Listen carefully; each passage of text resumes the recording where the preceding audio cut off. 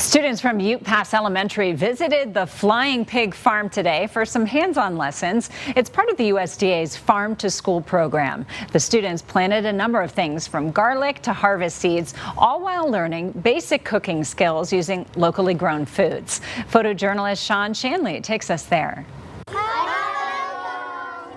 We gotta say hello to the garden. We're having an amazing day here at Flying Pig Farm doing one of our very classic programs, hosting about 40 students from Ute Pass Elementary School. This is the leaf that you're looking for. Observe the color, observe the shape. And those students are running around the farm, planting garlic. We're putting straw over the garlic that we planted. Harvesting wildflower seeds, making tortillas. Making quesadillas.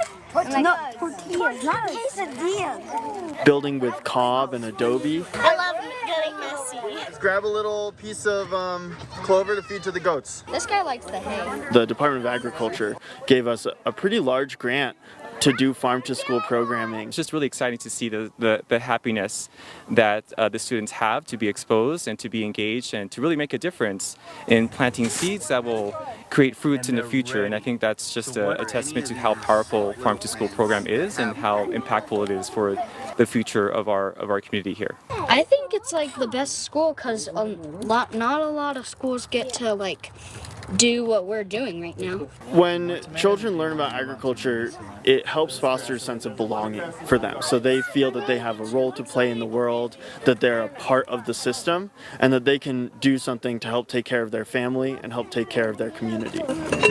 The best case scenario from our programming is that we end up with some future farmers. When I grow up, I want a farm of my own.